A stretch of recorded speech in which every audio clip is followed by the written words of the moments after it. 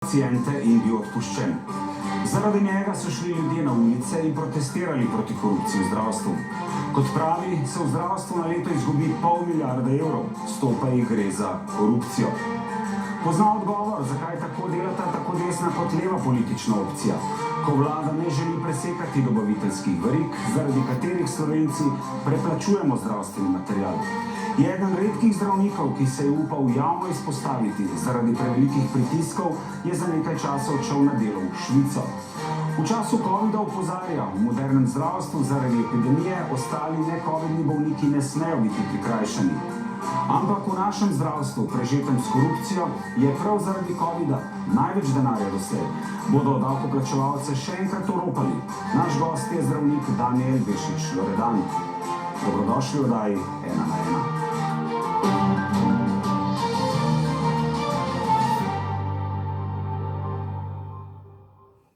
Zdravstveni sistem niso samo zdravniki in ni samo politika, predvsem so to pacienti oziroma smo mi vsi. Žvižgač, borec ali trn v peti. Še kot mladi zdravnik je v bolnišnici Valdoltra zahteval 3 strokovne nadzore zaradi preskakovanja čakalnih vrst. Bilo je 25. junija pred 8 leti, ko se mu je na shodu za ohranitev javnega zdravstva v boju proti sistemski korupciji pridružilo več kot 4000 državljanov in to na praznik.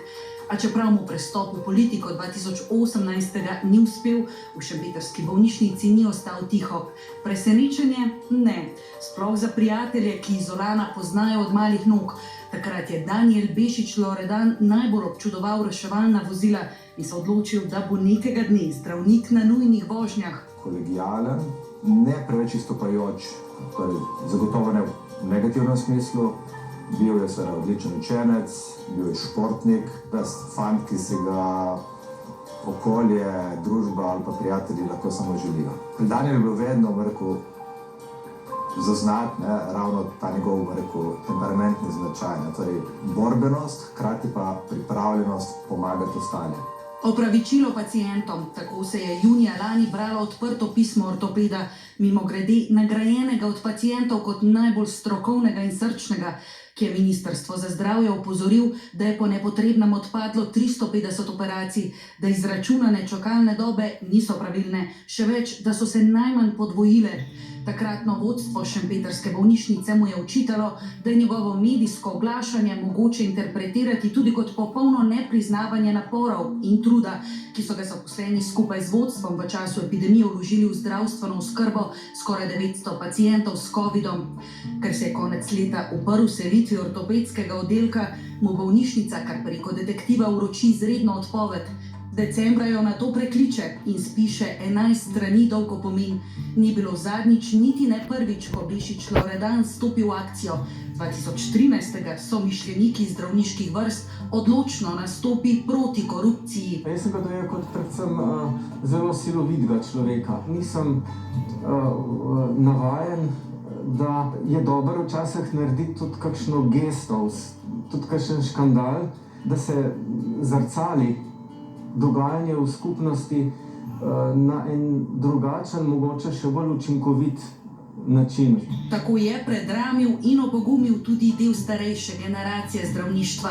Ihan v mlajšemu kolegu vidi redkost, nekoga, ki države in poklica ne jemlje kot terena za plenjenje brez pravil. V nasprotju s tem pa Loredan dojema pravzaprav Slovenijo in zdravništvo kot skupno, se pravi kot družino, ker če je nekaj narobe, je treba to povedati. Takih ljudi moramo priznati, je v Sloveniji ekstremno malo. In po drugi strani je treba tudi priznati, da jih ekstremno potrebujemo. Od besed k dejanjem in to ne samo doma.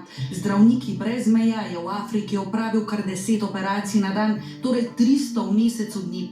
Zaradi pritiskov pa se je po boju za ohranitev javnega zdravstva umaknil v tujino. V Švici, v eni najbolj uglednih klinik je delal, lahko bi ostal gor, ampak vrnil se nazaj, predvsem zaradi družine, ampak tudi morda da del izkušenj, ki jih je gor pridobil v nekem urejenem zdravstvenem sistemu, pomaga prenesti tudi v naše okolje. In kje je, ko ni za operacijsko mizo, za štedilnikom na veselje male Eve in Žana? Ribo s krompirjem, recimo, zelo dobro naredi. Meni je pašta bolognese, mi je najboljša njegov. Zase boljša kot doma. Je pa tudi bolj strog od mame, priznata, predvsem pa dober zgled. Hoče izpopolniti nekako zdravstvo v Sloveniji, da bi bilo bolj fair, da bi gledali realno. Pa se mi zdi, da prav razmišlja, da prav da pove, kar res misli in da tudi drugi ljudje se mogoče bolj strinjajo z njim in začnejo tudi sami tako misliti. Ga podpiramo. Ja. 2018. ga volivci niso. Gibanju oziroma stranki skupaj naprej ni uspelo. Ihan ga sicer v prihodnosti v politiki ne vidi. Če greš v politiko, si pač politik, nisi več zdravnik. Prav tako je prepričan, da Loredan, tudi če bi v času vlade Alenke Bratušek postal minister resorja, iz katerega zaradi neurejenega področja nabav letno izpuhti od 300 do 500 milijonov evrov, sam na novo ne bi zmogel postaviti sistema nereformiranega že od 92. Verjetno bi ga še manj videli, ki bi bil bolj pomemben. Verjamem v njega, vem, da to, kar dela prav. In kje ga vidijo čez 10-15 let? Na neki misiji, kjer bo lahko dejansko izpolnjeval svoje poslanstvo, torej pomoč ljudem, ki so to potrebni. Naj si bo to v naši deželi ali pa kjerkoli po svetu. Ga jaz ne vidim druge kot v operacijski. Sistem javnega zdravstva, ki mu neuspešno kljubuje večina dosedanjih 20 ministrov za zdravje, je zdaj, zahvaljujoč pandemiji, pred ključno preizkušnjo. A Loredan vztraja, da morajo biti tako covidni kot necovidni pacienti v razvitem zdravstvenem sistemu obravnavani enakovredno. Sploh glede na to, da v vedno daljših čakalnih vrstah najkrajšo potegnejo prav pacienti. Dejstvo je, da je od osamosvojitve dalje položaj pacienta v našem zdravstvenem sistemu daleč najslabši. Gospod Loredan, zakaj ste se vsi trije zdravniki, ki ste se upali javno izpostaviti in opozoriti na korupcijo v zdravstvu, se postaviti za bolnika, takoj znašli v nemilostine? Vi ste bili odpuščeni, Erik Brecelj, ko je opozoril na nepravilnosti pri gradnji onkološkega inštituta, je takoj imel težave z vodstvom, Marko Noč, žilne opornice, enako. Ja, zanimivo vprašanje. Mislim, da v družbi, v katerem smo, pa v sistemu, ki je zdaj, nobenemu od vladajočih ni fajn, da nekdo pride z dejstvi ven. Jaz sem še zmeraj mnenja, da danes pri nas prevladuje argument moči in ne moč argumentov. Mi trije smo vedno postregli z argumenti, pokazali smo zrcalo sistemu in seveda to ni fajn. Ni fajn za tiste, ki te stvari vodijo, in ker nas je pa malo, ker smo šibki, je sistemu relativno enostavno nas utišati. Na tak ali na drugačen način, to je danes zelo preprosto se lahko naredi. Ampak zakaj se ne upa, po vašem mnenju, javno izpostaviti? Zdravniki to vidijo, te nepravilnosti, več zdravnikov? Ja, jaz mislim, da smo zdravniki še vedno priča temu, da nas je takih, kot je Erik, kot sem jaz, kot je doktor Noč, malo. Po drugi strani mislim, da je ta skupina mladih zdravnikov, mladi zdravniki, štejem zdravnike od 27, 25 pa tam do 45, žal tako je pri nas. Preprosto v sistemu, če se izpostaviš, ta sistem je zelo vojaško ustrojen. Se pravi, imamo generale in od spodaj, kdor štrli, dobi hitro po prstih in zelo hitro si omejen, potem bodi si v karieri, bodi si z eksistenco, bodi si te dajo na stranski tir. Preprosto ni kritične mase. Ni kritične mase, ki bi se združila. V 30 letih nismo še iz socialističnega sistema, iz katerega izhajamo v zdravstvu, zaključili tranzicijo vlade, nič ne naredijo in vsem v sistemu tako ustreza, kot je danes. Vaša ocena je, da na leto zaradi korupcije v zdravstvu izpuhti tam okrog 500 milijonov evrov, od tega ne bi šlo po vaših izračunih 100 milijonov za korupcijo. Na čem temelji ta vaša številka, ta vaša ocena? Torej, to smo že takrat pri iniciativi zdravnikov od 2012-2013 dalje skupaj z ekonomisti in pravniki naredili izračun. Torej, v sistemu, kjer je 4 milijarde evrov denarja, ki ga zberemo praktično mi, 500 milijonov ne gre za zdravljenje, ampak gre za vse ostalo, kar v zdravljenje ne spada. Žal se je skozi vsa ta leta sistemska korupcija toliko upredla v sistem, torej mi nimamo več enega botra, kot je recimo to pri mafijskem vodenju, da je botr pa diktira, ampak imamo cel kup majhnih botrov, ki so po sistemu lepo se razpredli notri in dobavitelji imajo vsa ta leta, 1 milijardo evrov je znesek, ki ga dobavitelji iz sistema potegnejo ven. Ne glede na krizo, ne glede na spremembe in tukaj se potem skriva vse tisto, kam ta majhen narček gre. Veste, če nekdo dobi, na pamet govorim, 1000 evrov, 2000 vsak mesec, zakaj bi to spreminjal in od tukaj izhaja potem. Skratka, sistem se je v 15-20 letih toliko ukomponiral, da ga je zelo težko zdaj spremeniti. Rabimo en res in od tukaj potem dalje. S prihodom desne vlade Janeza Janše pred 2 letoma se je vzpostavilo neko upanje, da bo Janša presekal te korupcijske naveze v zdravstvu, uredil nabave medicinske opreme, glede na obljube, ki jih je dajala SDS, da je neurejeno financiranje in spremljanje nabave medicinske opreme eden glavnih razlogov za vedno večje širjenje korupcije v zdravstvu. Potem pa so prišle v javnost fotografije, na katerem se Janez Janša druži z enim večjih lobistov v zdravstvu, Božom Dimnikom, doma na jahti. Ko ste videli te fotografije, kaj ste si mislili? Ja, za državljana je zelo težko, ko vidiš predsednika vlade, da se druži s takimi ljudmi.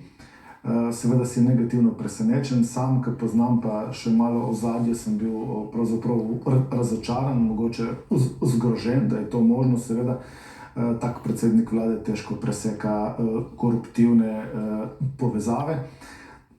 Jaz bi sam rad, da pridemo preko tega. Ve se od leta 1992, kdo je zdravstveni sistem v Sloveniji postavil, kdo je te stvari spisal, vemo, kako vlogo je takrat imel gospod Zemljarič, vemo, da se je pozicioniral na levo opcijo, vemo, da je bil takrat antipod gospod Dimnik in imamo 2 te struji in skozi vsa ta leta je danes enako.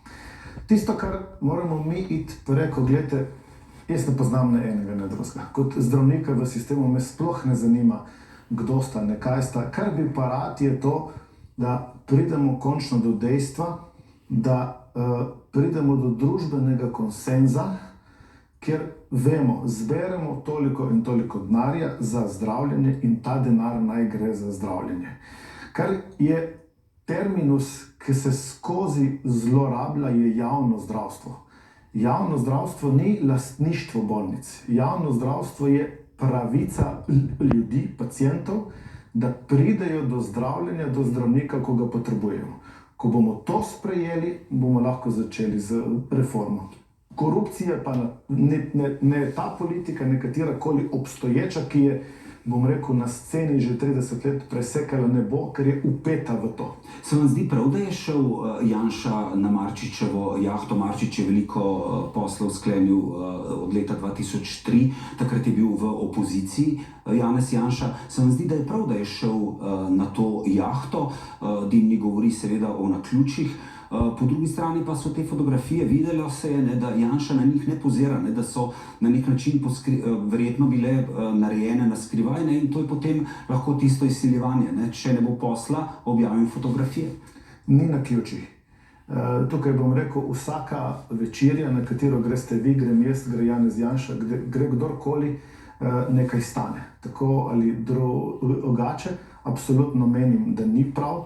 Absolutno menim, da bi te stvari, kdor je ali ima namen biti predsednik vlade ali kdorkoli pač je neka javna osebnost in se tega drži, bi tukaj mogel biti sam vzor do ničelne tolerance, do korupcije.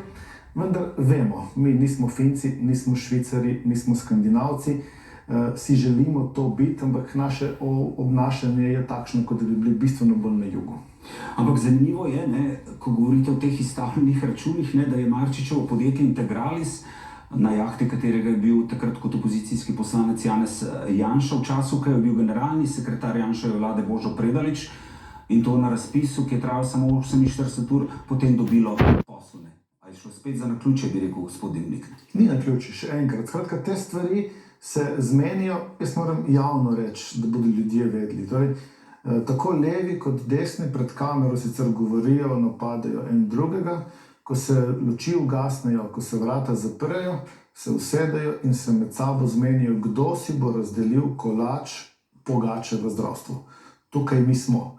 Dejstvo je, da ta kolač je zelo velik, 4 milijarde evrov, zelo veliko denarja politika ima preko zavodov, preko svetov zavodov, vstop postavlja direktorje in vsaka politična opcija, ki pride na oblast, zamenja člane sveta zavodov, direktorji se menjujejo kot po tekočem traku.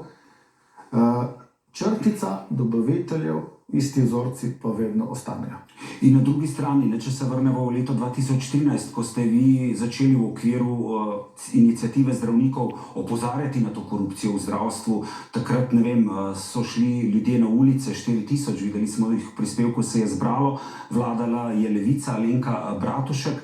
Kakšna je bila takrat reakcija, ko ste vi opozarjali na te nepravilnosti, na to korupcijo v zdravstvu? Kritična masa se je zbrala, pozabili smo že, da so tudi takrat bili ljudje na ulicah. To je šlo hitro potem mimo. Takrat je bilo zanimivo, jaz sem takrat neskončno ur presedel s takratnim predsednikom KPK, pa z vodjem NPU, pa shod in tako naprej. Takrat mi je rekel vodja NPU, je rekel: Daniel, nič se ne boj, ti hodi, nič se ti ne bo zgodilo, mi pazimo. Takrat je celo do mene prišla informacija, da je takratna predsednica vlade za vsako ceno rekla: dajte prosim utišati Breclja in Bešiča, to je nesprejemljivo. Se pravi Alenka Bratušek. Tako. Nič, midva so pač to počela. Takrat se je zbrala ena zelo velika, lepa številka ljudi, mladih zdravnikov, pravnikov, ekonomistov. Iniciativa je vse svoje, bom rekel, temelje, načela, predloge dala v javnost. Nihče jih do danes še ni upošteval. Potem se je pa zgodba izpela. Veste, tako Erik kot jaz sva v osnovi zdravnika, midva sva kirurga, najno poslanstvo je operirati ljudi. Takrat ni noben od naju, pa še danes nima nekega namena, da vstopi aktivno v politiko. Je bila pa takrat moč neskončno velika. Če bi takrat to nekdo zagrabil, bi bila to ena lepa zgodba, ampak žal mi je bilo tako. Pa katere politike ste vi takrat srečevali, in na podlagi katerih potez ste vi videli, da recimo vas ne bodo tudi Alenka Bratušek upoštevala takrat, ko ste predlagali te spremembe, reforme, boj za javno zdravstvo? Takrat in tudi kasneje, tako jaz kot Erik, midva oba, pa bolj mogoče še jaz zdaj v zadnjem času, smo srečevali vse politike, tako leve kot desne. Politika je danes žal takšna, kot je. Politika v tej garnituri nima namena postaviti zdravstvenega sistema in se zdravstvenega sistema umakniti, kar bi bilo prav. Žal je to tako in danes je zame največje razočaranje ali pa, da ne rečem, tragedija to, da če bi zdaj imeli volitve danes, jaz verjamem, da 60% ljudi ne bi šlo voliti, ker nima koga voliti. Se pravi, to je neka tiha, zelo velika masa ljudi. To so večinoma mladi ljudje od 20 do 50 let, niso opredeljeni in tukaj mi danes smo. Ali bomo zdaj to znali obrniti ali ne, bomo pa videli kmalu. V nadaljevanju ostaniva še malo v letu 2014-13 v času vlade Alenke Bratušek. Vi ste takrat dejali, da slovenska oblast obvladujejo stari udbovci, njihovi potomci in priskledniki, da je treba uporabiti njihove metode, da bodo vrnili vsaj del denarja, ki so ga pokradli. Na podlagi katerih izkušenj ste takrat to govorili? Takrat, ko smo mi preko iniciative zdravnikov gledali, kdo so lastniki vseh teh firm, eno, drugo, tretje, pa takrat, moram reči, to je 7 let nazaj, 8, sem šel verjel v pravni sistem, sem verjel, da je takrat to možno. Recimo danes, ves ta čas kasneje, z vsemi temi leti, bom rekel, se mnenje spremenil. Torej, mi moramo pozabiti na vse te zgodbe. Mi, generacija, ki prihaja, moramo priti do tega, da tranzicijo končno zaključimo, da obrnemo nov list, kaj nič ne bomo spremenili. Denar je bil, ga ni več. ni nobene udbovske metode, ni ničesar, da bi mi ta denar vrnili. Lahko samo ocenimo, kje danes smo, lahko ocenimo, koliko denarja imamo in nimamo ga malo, ne? In lahko ocenimo s kom in v sodelovanju z vsemi akterji, se pravi za širšo družbo, moramo najti koncept, kako naprej. Dlje, kot se bomo ubadali, oprostite izrazu, z gospodji, ki so že ostareli, ki so v preteklosti nekaj naredili, slabše nam bo. Nihče ne bo pravno odgovarjal. Ampak zanimivo je, da ti gospodje, recimo gospod Zemljarič, še vedno hodi na razne otvoritve, je hodil do nedavnega še v času Cerarjeve vlade. Tako to je naša realnost. Zdaj se moramo mi odločiti, ali bomo mi še naslednjih 15-20 let to dovolili, ali bomo mogoče našli nek presek, pa rekli, gospodje, hvala, mi vas ne rabimo več, kaj ste počeli v preteklosti, je vaša stvar, mi smo zdaj tukaj, naša generacija tukaj, mladi prihaja. Mislim, da če danes vprašamo nekoga, ki je star 20-25 let, nima pojma, nekdo je Zemljarič, nekdo je Kučan na zadnje, jih ne zanima. Njih zanima, kje bodo dobili službo, zanima jih, kakšna je perspektivnost te družbe in jih zanima, če lahko delajo, če dobijo delo in kako bodo poskrbeli zase in za svoje otroke. Če greva naprej, ste vi v času Cerarjeve vlade v okviru gibanja skupaj naprej zbrali 10.500 podpisov za odstop tedanje ministrice za zdravje Milojke Kolar Celarc. Impozantna številka. Tako, takrat pač se pravi, mi smo to začeli. Jaz sem imel to srečo, da sem zvezal ali pa povezal veliko število ljudi, ampak žal, kot vidimo, se nič ne spremeni. Torej, nismo še na tisti točki, da bi lahko prišlo do preboja. Mogoče zdaj, bom rekel, s to COVID krizo, ki je v 2 letih sistem precej razložila, spravila na koleno, ko ljudje zdaj najbolj čutijo, da do zdravnika ne pridejo, se bo nekaj zgodilo. Takrat ni. In tudi zdaj, jaz mislim, če bi zdaj spet zbrali vprašanje, kako bi to šlo. Zame je recimo fascinantna številka referenduma za pitno vodo. To je tisto, kar ljudi zanima. Torej, pitna voda je naša, nekaj, kar je naše in enako bo zdravje. Jaz mislim, da zdaj po covidu, presle se bo to umirilo, bodo ljudje se vprašali, kakšen zdravstveni sistem rabimo in mogoče je tukaj točka, da bomo stopili skupaj, ker tako kot smo bili leta 1991 zložni, skupaj, si želeli državo, bili pripravljeni narediti marsikaj, tako smo danes razdvojeni do konca praktično. Slovenija kot družba je razklana, politika je takšna, kot je in v vseh podsistemih, kdor izstopa, kdor nekaj želi reči v tem trenutku, dobi tako po prstih, da je grdo videti. Ko je Cerarjeva vlada leta 2017 delala rebalans proračuna in je za zdravstvo namenila dodatnih 136 milijonov evrov, je bil očitek enega od ustanoviteljev SMC-ja, Dobovška, da dajo ta denar za vzdrževanje korupcijskih povezav v zdravstvu. Pod črto, zdaj če gremo gledati, verjetno je mislil tako, takrat je zelo veliko denarja se razdelilo bolnicam, ne? In če bomo gledali, ali je kaj tega denarja šlo za prenovo bolnic, ali so se kupili aparati, ali se je nekaj uložilo v infrastrukture, v ljudi, bomo videli, da ni tako. Večina tega denarja se je potem po bolnicah porabila za to, da so se poplačali dolgovi dobaviteljem. Torej, tem isti dobaviteljem, ki imajo tisto 1 milijardo evrov vsako leto tam. Z tega stališča ima dr. Dobovšek prav. Dejstvo je, da ko bomo mi začeli zbrani denar za zdravje, za zdravljenje, vlagati v ljudi, v bolnico, ko bomo nekaj naredili, bomo presekali vsa korupcijska tveganja in vzorce, ki danes so. Kako si razlagate, vi ste bili takrat na višku Cerarjeve moči, eden redkih zdravnikov, ki si je upal kritizirati delo Milojke Kolar Celarc, zdravstvene ministrice, da je Cerar tako stal za njo? No, to je tisto, kar ne bomo nikoli izvedeli. Zame osebno je takrat zgodba, bom rekel, Mira Cerarja in stranke, ki jo je ustanovil. Zdaj, ko gledam nazaj, osebno smatram, da je to največji nateg slovenske politike. Ljudje so takrat verjeli, 30% in več je dobil, mnoge ljudi je zbral. Takoj, ko so ugotovili, so ljudje hitro šli proč. Potem se je počasi pokazalo, kdo za tem stoji In jaz mislim, da ravno ti isti ljudje, ki ste jih prej omenili, ki poskušajo še zmeraj ohranjati sistem tak, kot je, so nastavili Milojko in so rekli, naredi to, da ostane vse tako od začetka do konca tvojega mandata. In tako je tudi bilo. Torej, od prvega do zadnjega dne, kljub vsem vetru, prahu, milijonom, je sistem točno enak, kot ga je dobila vlada, ko je začela in ko je končala. Računsko sodišče je recimo leta 2014 ugotovilo, da je šlo v kliničnem centru mimo javnih naročil 70 milijonov evrov v času Simona Vrhunca. Kakšna moč je to, ne?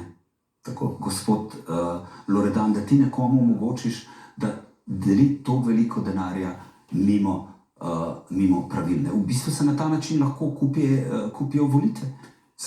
Ravno to je tisto, kar jaz pravim. Ne? Srž vsega je, v zdravstvu denar je. Vedno je in vedno bo. Ob sistemu, ki ga imamo, posamezni direktori lahko z njim razpolagajo, kakorkoli hočejo, in verjetno ne bomo nikoli vedeli, kam vse gre 1 milijarda evrov, ki je namenjena tem dobaviteljem, kaj od tistega gre za marže, kam se ta denar, zato ker to so seveda zasebni dobavitelji, nimamo vpogleda, kam to gre. Najverjetneje nikdar ne bomo vedeli. Zdaj vprašanje je samo, ali želimo vrtati tako globoko in bo marsikdo ostal brez glave, brez roke, ali lahko najdemo konsens, presekamo, spremenimo sistem in pozabimo na to, kar smo imeli. Vi ste nam zdaj v bistvu pojasnili, kako netransparentno deluje ta zdravstveni sistem pri nas, ampak zaradi COVID-a je paradoksalno v tem zdravstvu, ki deluje tako, kot deluje, največ denarja doslej. Torej, že pred COVID-om ga je bilo, zdaj znotraj COVID-a ga je seveda še več. Mi v zadnjih 2 letih imamo v zdravstvu največ denarja. Delimo ga tako, kot ga delimo. COVID je po moji oceni pokazal, kako slabo organiziran in voden je ta zdravstveni sistem. V Sloveniji nimamo problema s stroko. Stroka je na izjemno visokem nivoju, obe naši fakulteti dobro funkcionirata. Še bolj kot to imamo srečo, da je zdravstveni kader tak, kot je. Jaz mislim, da bi mogli v teh 2 letih vsemu medicinskemu osebju, sestram in ne dati zlato medaljo, dati nekaj, kar ni možno dati, ker na njih temelji kompletno COVID zdravljenje. Ampak se je razgalilo, kako smo organizacijsko, kako smo, bom rekel, upravljalsko nesposobni upravljati z ljudmi, s kadri, s tistim, kar imamo. In seveda denarja, ki ga je največ, imamo Slovenci najmanj od tega v smislu dostopnosti do zdravstva in to je slabo. In potem se nam dogaja ta prodaja testov Majbert Pharma, ki ga preiskujejo kriminalisti. Stroka se je že pred tem opredelila, da testi niso dobri, ampak so se kar kupovali. Nič se ne spremeni, to, kar pravite. Tudi zdaj sistem teče v času pandemije. Ja, žal je tako, se pravi, mi smo še vedno tukaj, kjer smo. Če sem jaz osebno leta 2013 verjel, da imamo pravno državo, da greš nekam pa poveš, kako te stvari tečejo, in druge, da se bo nekaj zgodilo, spremenilo, bo nekdo odgovarjal, danes žal verjamem, da temu ni tako. To vidiva zdaj skozi vse to, kar se midva danes pogovarjava. Torej, res je, sistem funkcionira tako, kot je funkcioniral pred 10 leti. Vse afere, vsi akterji, vse možne medijske hiše so razgalile vsa dejstva, še zmeraj smo tukaj.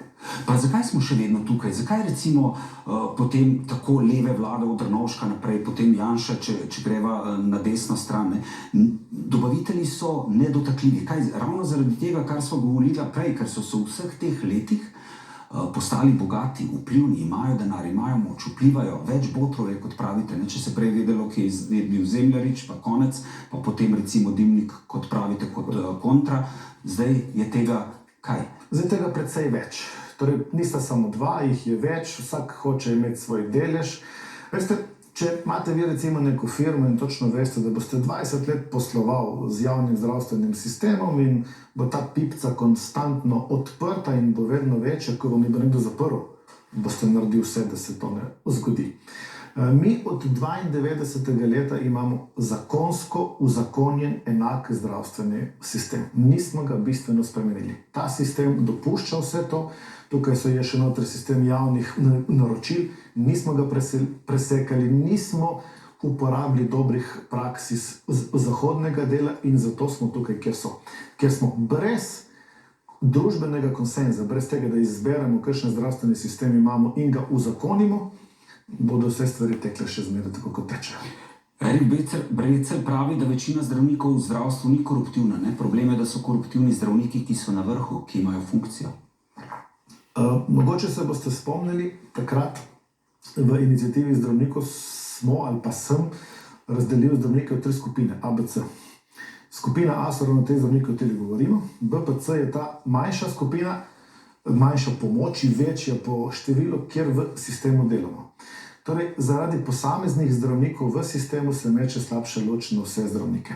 Jaz moram povedati, zdravniki v sistemu, večina od nas korektno in pošteno dela.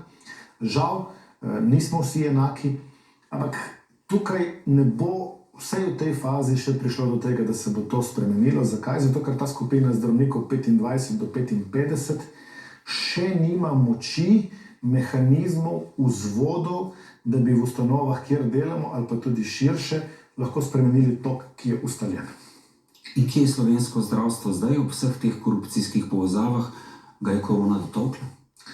Slovensko zdravstvo, zdaj, če gledamo in če poslušamo vse tiste alarmantne izjave mnogih akterjev, da smo zaradi covida že preko, da ne uspemo ustrezno zdraviti. Torej, mi danes v tem trenutku, pa en mesec, nismo sposobni oskrbeti pacientov z napotnico oznako hitro, redno. Večina kirurških programov stoji. Uspemo zagotavljati zdravljenje covidnih pacientov v 1/3, smo pustili sistem, da funkcionira, da uspemo najverjetneje za silo zdraviti vse, kar je nujnega in tukaj smo. Torej, ob tako velikem zdravstvenem sistemu, primerjalno z zahodnim zdravstvenim sistemom, je sistem klecnil. Danes, žal, pacienti ne dobijo zdravstvene oskrbe pravočasno, mogoče tudi ne dovolj kvalitetno, ustrezno, ker je šlo vse za covid in je naš zdravstveni sistem na preizkušnji. Razgalile so se vse anomalije, dobre, šibke točke, razgalilo se je, kje zdaj smo.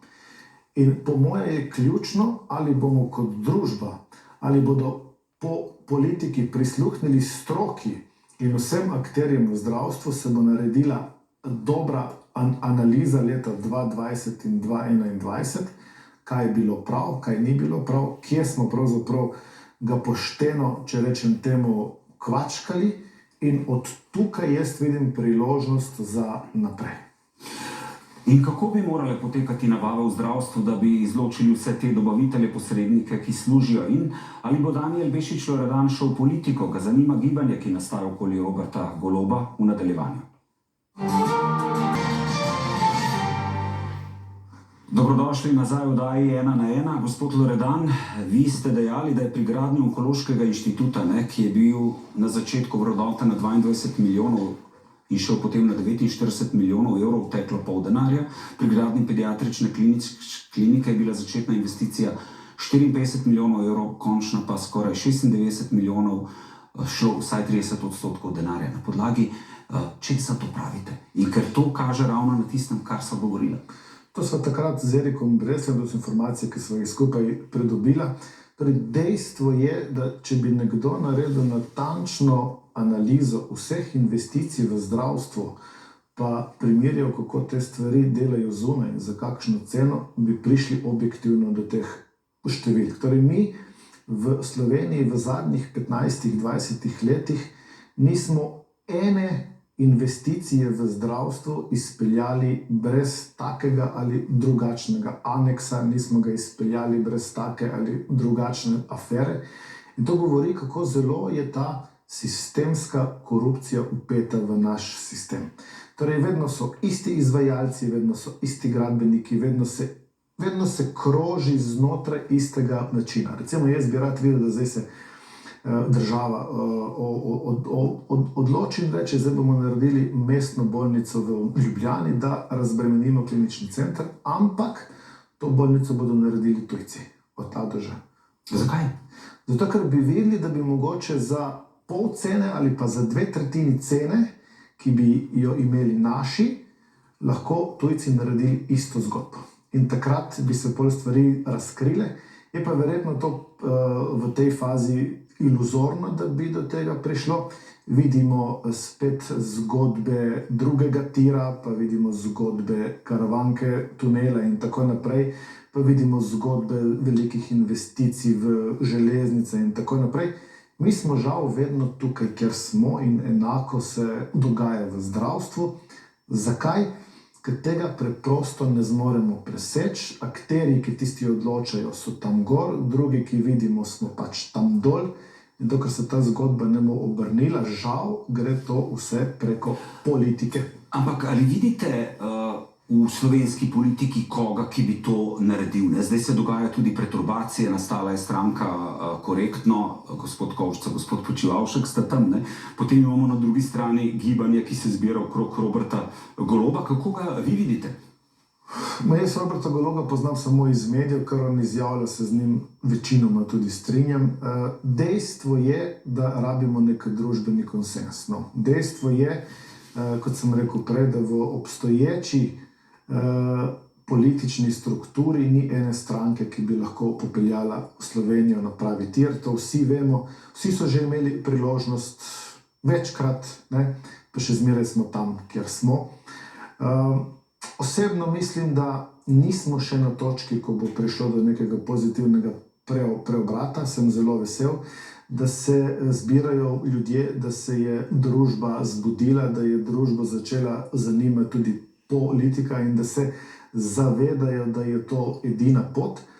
Konsens bo treba najti, se pravi, v politiko bodo mogli vstopiti dejansko neobremenjeni ljudje. Mogoče bi morali vzeti vzor Švice, ki za en mandat vzame ljudi iz najboljših področij, prevzamejo vodenje vlade za en mandat, opravijo svoje delo in se vrnejo od tam, kjer so prišli. Mogoče eden od mehanizmov. Vas politika še zanima? Boste iskali prostor na naslednjih volitvah? Ne. V kakšni stranki? Ne. Torej, kar se tiče mene osebno, politika me ne zanima, jaz želim delati, želim operirati največ, kar je možno. Bom pa vesel, če bo kdo od obstoječe struje ali od obstoječih novo ustanovljenih strank ali gibanj me poklical, da se usedemo na kavi, da povem svoje mnenje. Da bi pa aktivno sodeloval v tej fazi, bi se moral zgoditi čudež. Jaz sam osebno rad operiram, rad delam, tako bo, in verjetno je res 2017 sem hotel iti na eno misijo, pa me je takrat ostala operacija, to imam v glavi, tako da jaz sem zaprisežen stroki, rad bi operiral čim več, ampak nikoli se ne ve. Zarečenega kruha se vedno največ poje v življenju. Ampak vi pravite, da radi operirate, ne? Da radi skrbite za bolnike. Ne? Ni paradoksalno, da ste ravno zaradi tega bili odpuščeni, ne? Ker ste se zavzeli za svoje bolnike na vašem oddelku? Ja, to je pač sistem, ki ga mi danes imamo. Žal je to tako. Jaz sem vesel, da se je to zdaj razgalilo. Jaz upam, da tudi skozi to mojo zgodbo, bom rekel, dajem neko upanje, neko moč vsem tistim, ki so v podobni situaciji kot jaz, ker zdaj ne morejo delati, da bomo našli neko pot, da se to ne ponovi več. Ne? Ampak ni to od nas odvisno. Ne?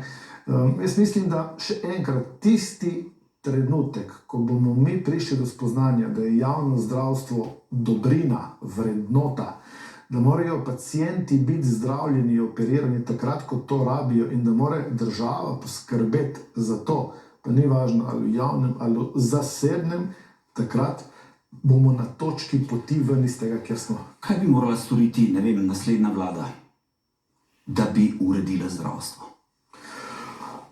Najprej en tih konsens, dogovor, natančno definirana koalicijska pogodba, ki se jo pripravlja tedne, podobno kot so zdaj Nemci to pripravljali v tišini. V tej koalicijski pogodbi bi bilo treba jasno definirati v konsenzu s širšo družbo, govorim zdravniki, medicinske sestre, domovi upokojencev, in cel kup stvari bi se moglo tukaj poklopiti. Konsens v 7 točkah. Podpisana koalicijska pogodba, za katero stoji predsednik vlade in finančni minister ter ostali akterji. Zdravstveni minister je potem izvršni direktor te koalicijske pogodbe, ki bi se mogla udejaniti, seveda skozi spremembo zakona v parlamentu, vendar ni pričakovati tega, vkolikor ne bo koalicija imela dvotretjinsko večino v parlamentu. Ko ste v začetku leta 2013 želeli v Afganistan, vam je Erik Brecelj dejal, da je dovolj talibanov v Sloveniji in da najprej obračunajte z njimi. Vam je kaj žal, da ste ga upoštevali? Ne, mi dva z Erikom sva dala že veliko skozi, res je to. Torej, veliko stvari je pa vse, kar Erik pove, je res. Tudi to, kar jaz povem, je verjetno res, to nam mnogi priznajo.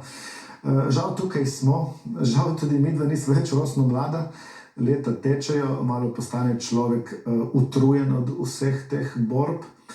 Pa vseeno mislim in bom to tudi vedno verjel, torej vedno je pot. Še tako težka je vedno pot. Pa tisto, na kar najbolj prisegam in kar bi rad mogoče v naslednjih 15 letih tudi doživel, je to, da končno obrnemo sistem. Se pravi, da bo moč argumentov tisti, ki nas bo vodil in ne argument moči. Ker danes imamo žal, kdorkoli pride na položaj, vedno uporabi argument moči, ker je na položaju, obračuna. In vse tiste, ki imamo pa moč argumentov, nas v zelo kratkem nas pošolajo, postavijo v neko tam bote in bote tiho, drugače se vam lahko kaj zgodi. Prav. Zakaj Danijel Bešič Loredan meni, da bi morali vse te zavodov imenovati profesionalce, bo šel še v svet Zdravniki brez meja, kakšne izkušnje je prenesel iz Švice v nadaljevanju?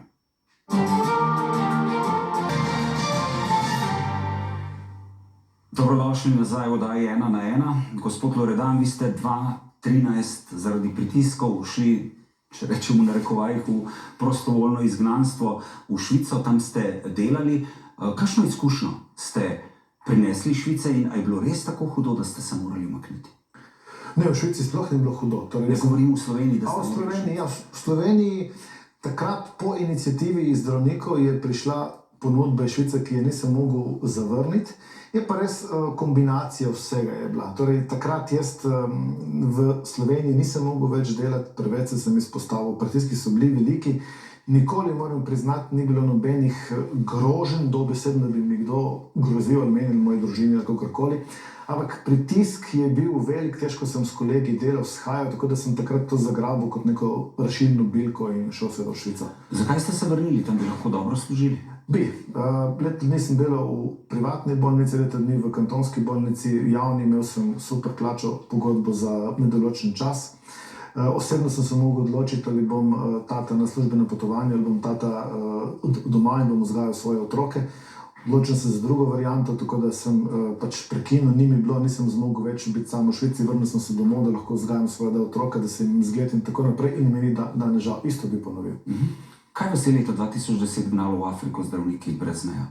To ima človek v sebi. Torej, kot sem že dolgo, mislim, pa mnogokrat povedal, vedno sem želel biti zdravnik v rešilnem vozilu, vedno sem temperamenten, vedno sem želel biti nekje, ker moraš tistim, kar znaš delati in Zdravniki brez meja so mi dali možnost, da kot kirurg uporabim svoje znanje, seveda pod določenih, to ni eksperimentalna kirurgija, ampak to so ustaljeni protokoli. In tisti mesec dni je edina doba v mojem življenju, da sem res delal kot zdravnik za tisto, kar jaz sem. Se pravi, to, kar znam, za omejeno možnostjo nekih inštrumentov, narediš čim več operacij, operiraš jutro do večera in zgodbe, ki jih imamo tam, so zgodbe, ki so v meni, da imaš občutek, da si res nekomu rešil življenje, res nekomu pomagal, ki nima nič, ki nima možnosti in ko so ti tisti ljudje rekli hvala, je nekaj, kar ti ostane. Zanimiva je tudi vaša zgodba iz mladosti, iz prvega letnika srednje šole, če se ne motim, morali bi dobiti Titovo štipendijo, pa je niste.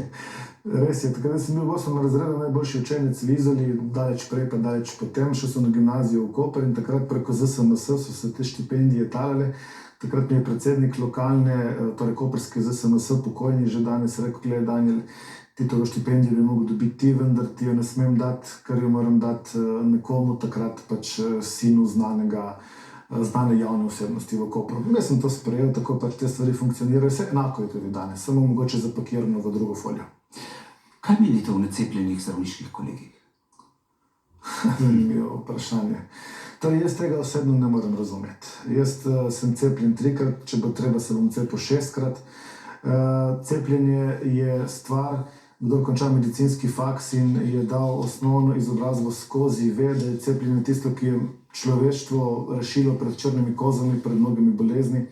Jaz sem zašel v Nigerijo, sem se mesec in pol vsak teden cepil in takrat mi je epidemiolog rekel, Daniel, da te greš lahko na smetišče spat. Tako je. Cepljenje je nekaj, kar je varno, posebej z epidemiološkega vidika, to moramo upoštevati in kdor tega ne upošteva in je strokovnjak, se je za vprašati, zakaj je temu tako. Vsekakor ne odobravam, morda lahko celo rečem, da nasprotujem, posebej ob slikah, ki jih danes gledamo. Ko bosta otroka, ne videli smo v prispevku, ne zelo sta navezana na vas, ste jim vzgled, odrasla, šla na svoje, kaj je potem zopet zdravniki brez meja, Afrika, kaj drugega? Torej, to je želja, ki jo jaz imam v sebi. Kot rečeno, 2017 bi mogel iti v Jemen. Bom videl, kaj mi bo prineslo življenje. Zdaj sem še tukaj, bom še tukaj, še par stvari moram urediti, narediti. Rad bi tudi delal, operiral čim več, kot je možno. Tako da danes težko rečem, ja, zdravniki brez meja so v mojem srcu, misije so v mojem srcu in če bo le možno in konsens, bom seveda šel. Najlepša hvala, da ste bili naš gost. Hvala vam za povabilo. Tudi vam hvala za pozornost, spoštovane gledalke in gledalci. Če ste zamudili začetek oddaje, si jo lahko že v celoti ogledate na Voju.